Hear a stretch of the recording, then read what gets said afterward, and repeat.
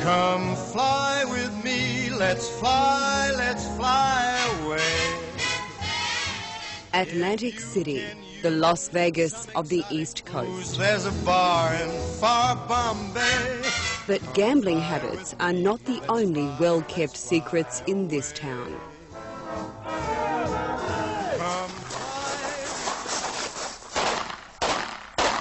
These are US federal air marshals at a training facility in Atlantic City. Their identities are a closely guarded secret. Their faces and those of instructors who are still serving officers cannot be shown. You're going to have to learn to shoot from a seated position. So the movement is part of their training. One could be sitting next to you on any flight into or out of the US, and they won't all look like Arnold Schwarzenegger.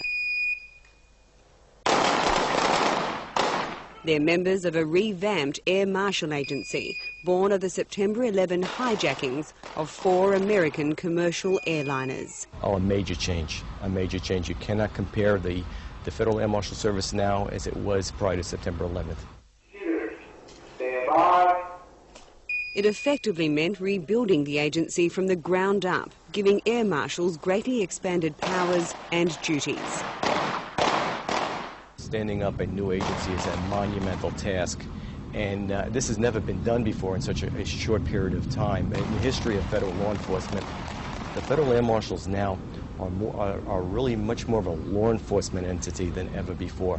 They get involved in enforcing not only laws involving terrorist activities, but also various types of violent crimes that can occur on an aircraft.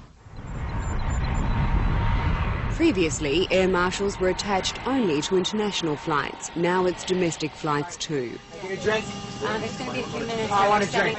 Only the pilot and crew will know they're on board, and they'll make split-second decisions on whether to act in a situation that can provide no backup.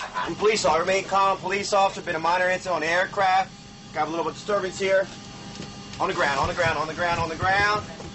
Prior to September 11, there were just 33 federal air marshals for the entire United States. Now they number in their thousands, fanning out across a flight system that involves some 26,000 flights a day. After 9/11, there were a lot of people that came on board out of patriotism, that came over to be a part of this, and the job is very demanding. Any federal law enforcement job is extremely demanding. Federal Air Marshal Service is no different. Some people realize now that the pace is just a little bit too much that they can't handle. Okay, this flight is from Moscow to Denmark. It's a hijack! Everybody move! 37-year-old Anna, who will only narrow down her country of origin to Scandinavia, applied for the job just weeks before September 11. The urge to join was even greater after. I knew I had to get that job, that I knew it. I knew I could. For me, especially being a female, I guess it was a good surprise to be in the aircraft. Most of all, what was appealing to me then was what I could do for my new country. The American airline industry is struggling to stay in the air.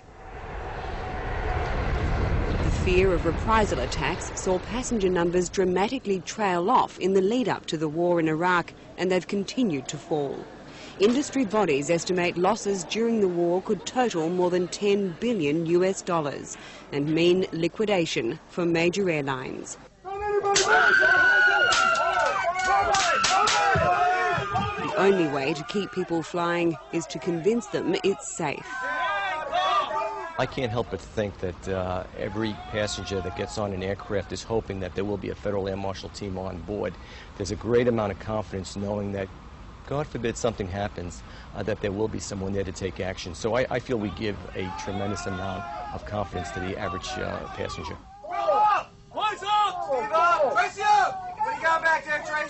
It's impossible to put an air marshal on every flight. Each assignment is based on a risk assessment. It will cost billions of dollars, but the agency is convinced the skies are now considerably safer than they were 18 months ago.